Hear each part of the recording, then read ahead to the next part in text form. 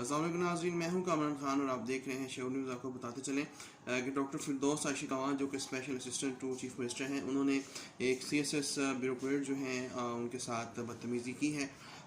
बिलशबा वो उनको याद दिला रही थी कि यहाँ पे फल अच्छे होने चाहिए थे, लेकिन हर काम का एक तरीका होता है, एक तहजीब होती है। लेकिन आज कौम जो है इस पर डिवाइड हो चुकी है, जो कि नज़र आ रहा था, क्योंकि PTI के जो चीफ मिनिस्टर साहब हैं जनाब उस्मान बुज़दार, उनको बहुत से कॉलमिस्ट लिखते हैं कि जब उनसे कोई मुलाकात होती है तो वो ऐसे महसूस होता है कि दीवार से बात कर रहे हैं, किसी चट्टान से बात कर रहे हैं, बिकॉज उस्मान बुज़दार साहब has not any vision regarding the working environment of the government. इस हवाले से हमेशा मियाँ नवाज शरीफ पे भी तनकीद की जाती है कि उन्हें भी बोलना नहीं आता था, लेकिन वो सिर्फ बोलना ना आना और काम अंजाम देना, इन दोनों में बड़ा फ़र्क होता है। और इसीलिए डॉक्टर फिरदौस आशिक अवान को जो है खुली छुट्टी दे रखी है गवर्नमेंट ऑफ पंजाब ने।